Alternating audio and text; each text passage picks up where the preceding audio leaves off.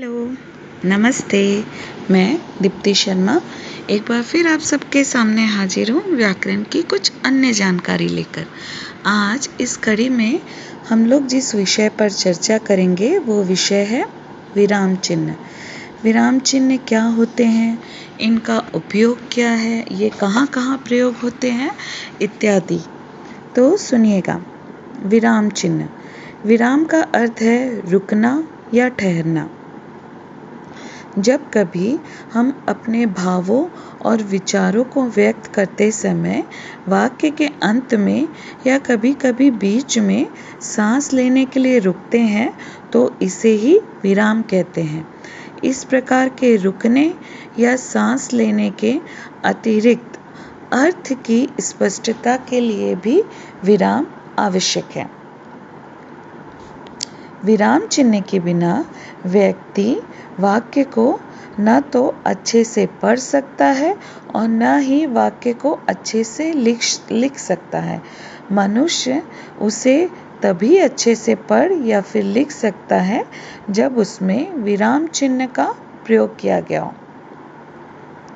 विराम चिन्ह के बिना वाक्य के भावों और विचारों को स्पष्ट रूप से समझ पाना मुश्किल है। इसलिए विराम चिन्ह के बारे में जानकारी होना बहुत ज़रूरी है। विराम चिन्हों का प्रयोग कभी वाक्यों के मध्य और कभी अंत में किया जाता है।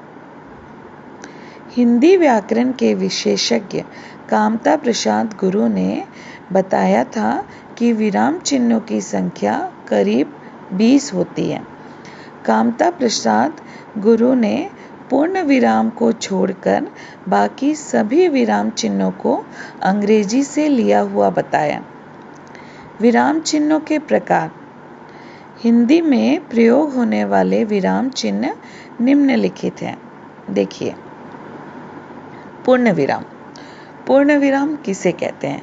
किसी वाक्य के अंत में पूर्ण विराम चिन्ह लगाने का अर्थ यह होता है कि वह वाक्य खत्म हो गया है, यानी जहाँ एक बात पूरी हो जाए या वाक्य समाप्त हो जाए वहाँ पूर्ण विराम चिन्ह का प्रयोग किया जाता है। पूर्ण विराम का प्रयोग प्रश्न सूचक और विस्मयादि सूचक वाक्यों को छोड़कर बाकी सभी प्रकार के वाक्यों के अंत में किया जाता है। जैसे उदाहरण स्वरूप, मैं पढ़ रहा हूँ, तुम जा रहे हो, राम स्कूल से आ रहा है इत्यादि। ये तीनों ही वाक्य अपने आप में पूर्ण है, इसलिए इनके अंत में पूर्ण विराम चिन्ह का प्रयोग हुआ है। आगे अर्धविराम या सेमीकोलन। जब किसी वाक्य को कहते हुए बीच में हल्का सा विराम लेना हो पर वाक्य खत्म नहीं हुआ हो तो वहाँ पर अर्ध विराम चिन्ह का प्रयोग किया जाता है। यानी जहाँ अल्प विराम से कुछ अधिक ठहरते हैं तथा पूर्ण विराम से कम ठहरते हैं, वहाँ अर्ध विराम का चिन्ह प्रयोग किया जाता है। जैसे, यह घड़ी ज़्यादा दिनों तक नहीं चलेगी, यह बहुत सस्ती है। यह घड़ी ज़्यादा दिनों तक नहीं चलेगी, ये वाक्य पूर्ण नहीं हुआ है। इसके बाद अर्ध विराम का चिन्ह लगाया गया है क्योंकि यह बहुत सस्ती है, यह बताने के लिए।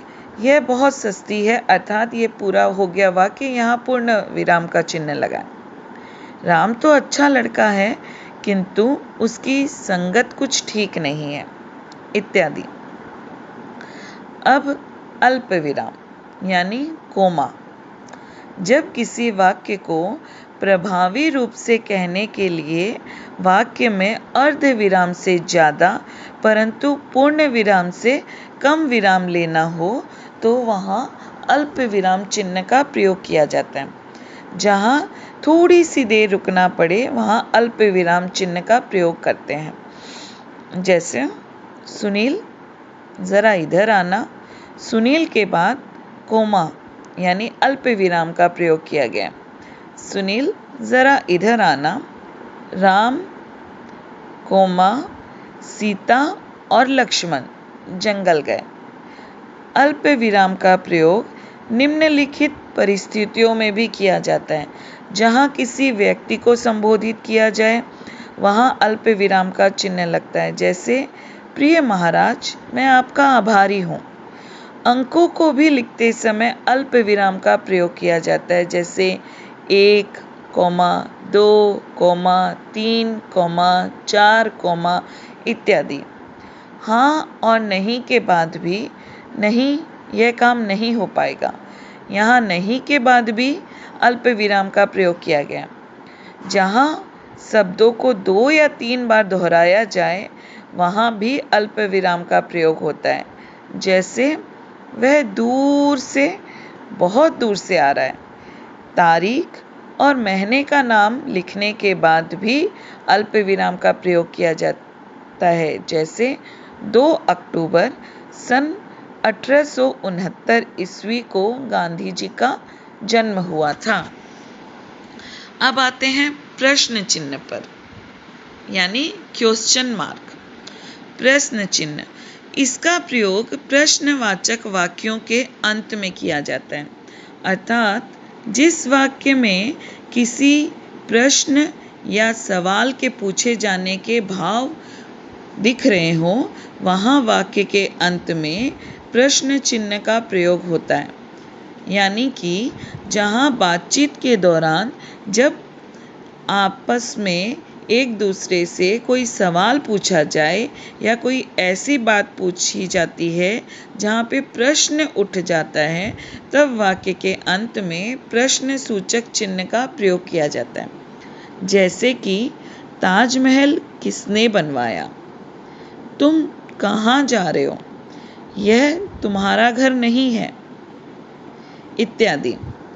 अब उप विराम यानी कि अपूर्ण विराम, जब किसी शब्द को अलग दर्शाना हो तो वहाँ उप विराम यानी अपूर्ण विराम का प्रयोग किया जाता है, अर्थात जहाँ वाक्य पूरा नहीं होता बल्कि किसी वस्तु अथवा विषय के बारे में बताया जाता है, वहाँ अपूर्ण विराम चिन्ह का प्रयोग किया जाता है। यानी कि जब किसी कथन को अलग दिखाना हो तो वहाँ पर उप विराम या अपूर्ण विराम का प्रयोग करते हैं, जैसे प्रदूषण, अपूर्ण विराम एक अभिशाप। उदाहरण, अपूर्ण विराम राम घर जाता है। अब आते हैं विस्मयादि बोधक चिन्ह। विस्मयादि बोधक चिन्ह क्या होते हैं?